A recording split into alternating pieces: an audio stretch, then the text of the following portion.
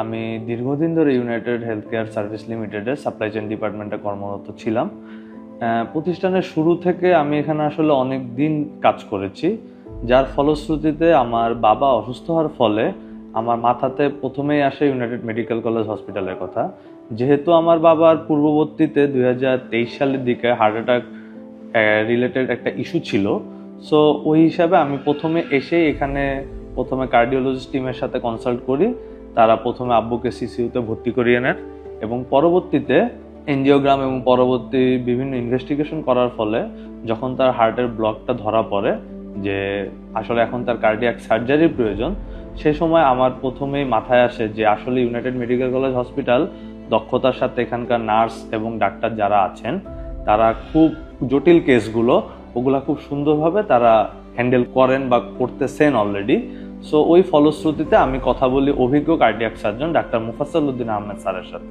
Mufazzal Uddin sir অত্যন্ত একজন আন্তরিক স্যার। সে আমার ব্যাপারে নিরলস যে দক্ষতার সহিত যে আমার অপারেশন করছে, আমি তাতে 100% স্যাটিসফাই। তাদের এই স্টাফ, নার্স, ট্রেনার সমস্ত দিক থেকে আমি সেবাটা 100% পেয়েছি।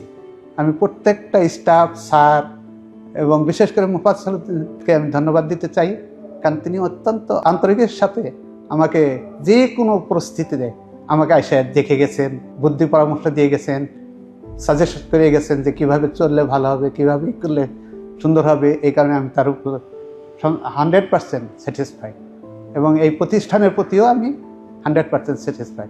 আমি চাই এই প্রতিষ্ঠানটা দিন দিন আরও আগায় যাক, এই সেবাটা তারা ধরে রাখুক। দীর্ঘদিন প্রতিষ্ঠানে কাজ করার ফলশ্রুতিতে প্রতিষ্ঠানের প্রতি আমার যে একটা আস্থা, আমার পিতার প্রতি আমার যে দায়িত্ববোধ, প্রতিষ্ঠানের প্রতি দায়িত্ববোধ, সব কিছু থেকেই প্লাস এখানকার বিশ্বমানের যে সেবা আমি খুব কাছ থেকে পর্যালোচনা করার ফলেই এরকম একটা বড় অপারেশন আমি আমার আব্বুকে এই প্রতিষ্ঠানে করানোর মতো আস্থার জায়গাটা আমি করতে পেরেছিলাম।